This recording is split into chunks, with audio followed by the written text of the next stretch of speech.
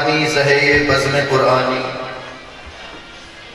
خزف ریزوں سے کمتر ہیں یہاں لال بدخشانی،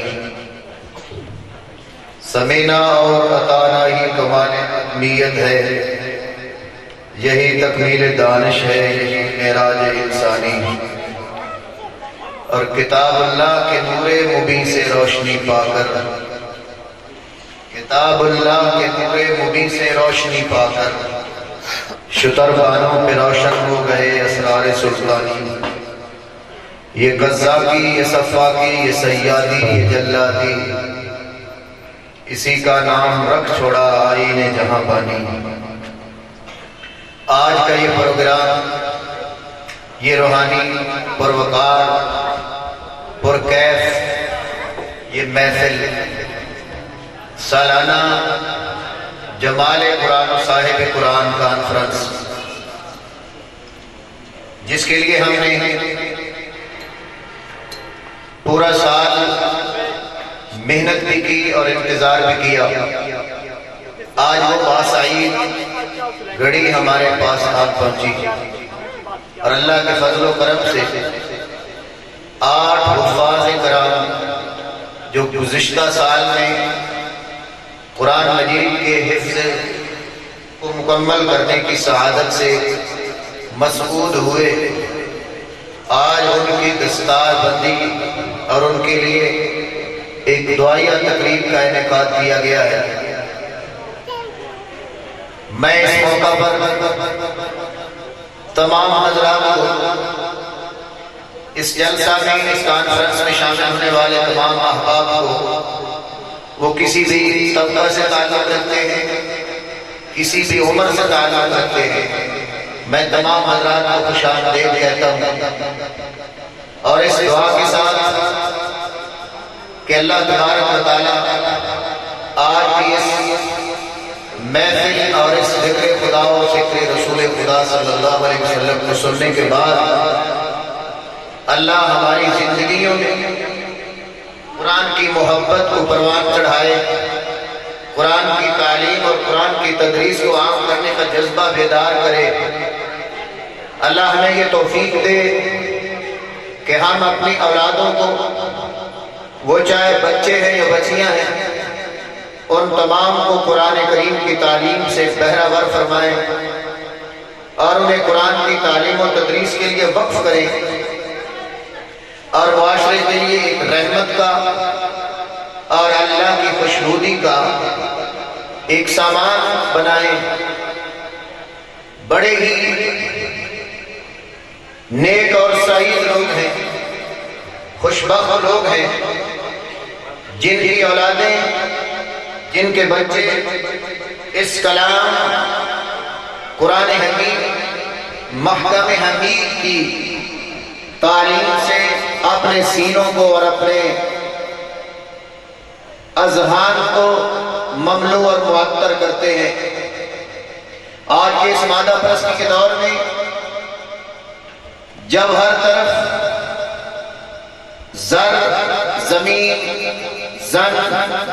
اس کے جھگڑے ہیں، وہاں اللہ کی اس دھرتی پر آسمان کے نیچے کچھ لوگ وہ بھی ہیں جو صبح تہجد کے وقت سے لے کر رات گئے تک اسی محنت اور اسی فکر میں رہتے ہیں کہ اللہ کے کلام کی تعلیم عام ہو جائے اور اس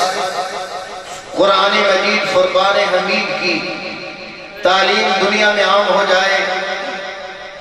اس لیے کہ یہ وہ کتاب ہے، یہ وہ انقلابی کتاب ہے، یہ وہ ریولوشنری بک ہے جس نے جب سے نازل ہوئی ہے دنیا میں ایک انقلاب برپا کر رکھا ہے۔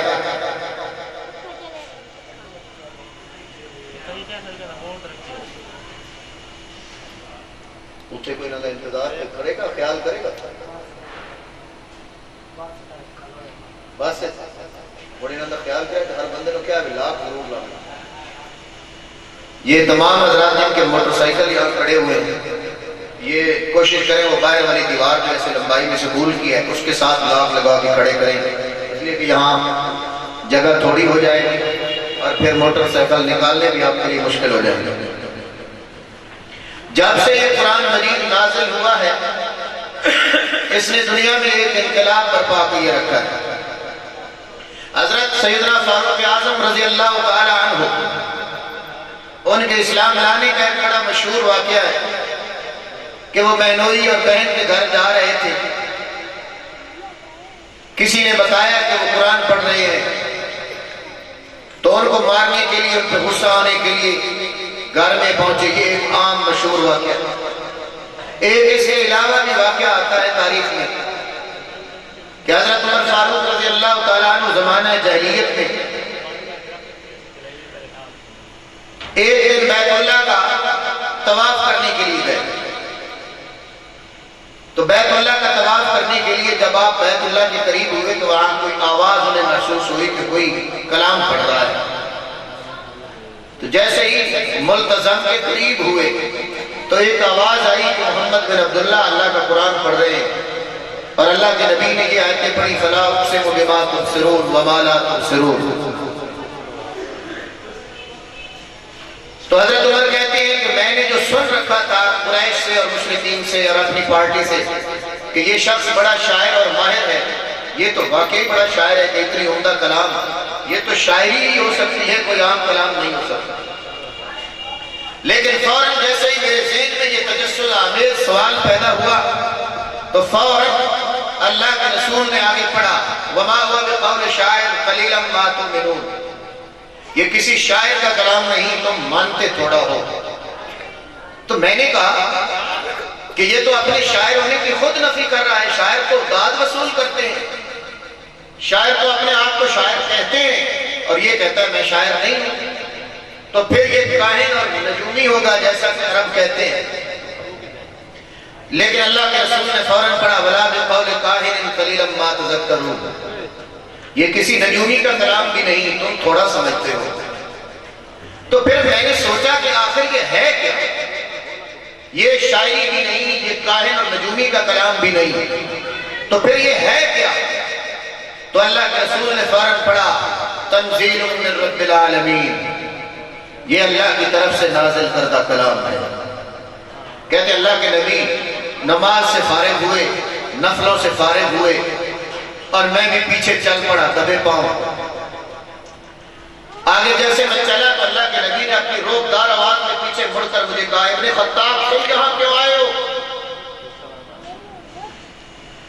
تو میں نے فوراً ہاتھ باندھ لیا، میں نے کہا اللہ کے نبی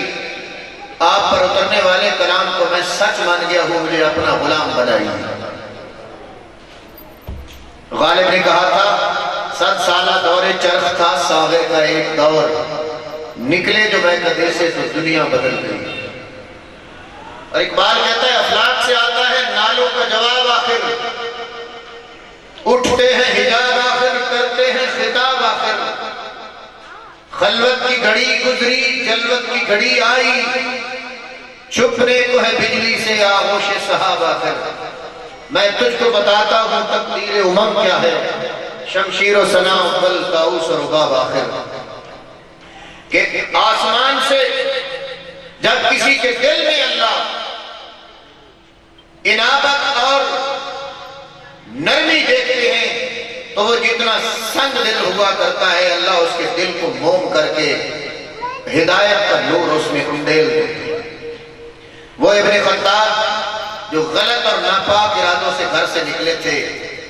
اس کی فکر و نظر کو اللہ نے ہدایت کی سدرۃ المنتہا پہ پہنچا دیا۔ وہ زمانے میں معزز سے مسلمان ہو کر اور ہم خوار ہوئے تارک قرآن ہو کر۔ یہ وہ کتاب ہے جس نے اونٹوں کے چرانے والوں کو وارث تخت و تاج کیا۔ یہ وہ کتاب ہے جس نے بھیڑ بکریوں کے چرواہوں کو انسانی کافروں کا سالار اور سپہ سالار بنا دیا۔ یہ وہ کتاب ہے جس نے آفتاب اور مہتاب سے ان کی چمک دمک اور ان سے درخشانی چھین کر بھیڑ بکریوں کے چرواہوں کو اتنی شان اور رفعت عطا فرمائی کہ آسمان کے فرشتے آسمان کے ملائکہ بھی ان کے مقدر پہ رشک کرتے تھے اور زمین کے ذرے بھی ان کے مقدر پہ رشک کرتے تھے۔ اس خاک کے ذرے بھی تابندہ ستارے ہیں جس خاک پہ مدنی نے نالین اتارے ہیں۔ تو میرے بھائیوں، آج وہ لوگ، آج وہ بچے، آج وہ بچیاں، آج وہ والدین، آج وہ اساتذہ،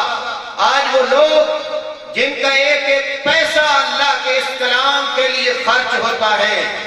کل روز محشر جب اس کا اجر دیکھیں گے تو وہ حیران ہو جائیں گے کہ یہ وہ 5 پیسے یا 100 روپیہ یا 500 یا 1000 روپیہ ہے جو میں نے اللہ کے کلام قرآن مجید کی تعلیم کے لیے دیا تھا، اس کا اتنا بڑا اجر،